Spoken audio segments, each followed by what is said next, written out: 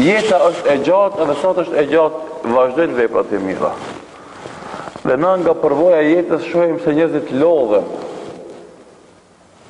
Edhe pastaj na vjen edhe na kujtohet ajo që na thonin pleqt në kohën e fillimit të entuziazmit dhe vullnetit, na thonin një fjalë që tani vërtetohet. Nga dalë bie se ara është e gjatë, është e madhe. Edhe na, kur na thonin këtë fjalë, e merrnim me rezervë dhe thonim vetvete se këta nuk po na kuptojnë neve. Sikur se del me na nal buxhumin neve.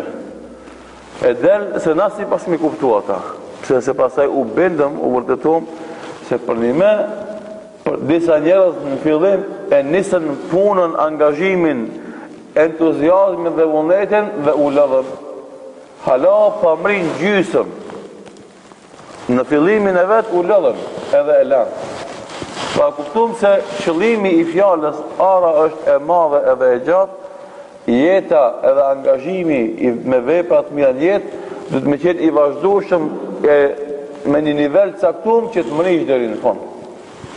Se po ndryshe ti nëse fillon me një hujum të madh, harxohesh, lodhesh edhe je.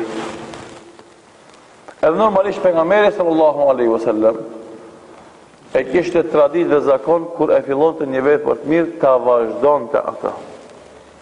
Dhe nuk e linte.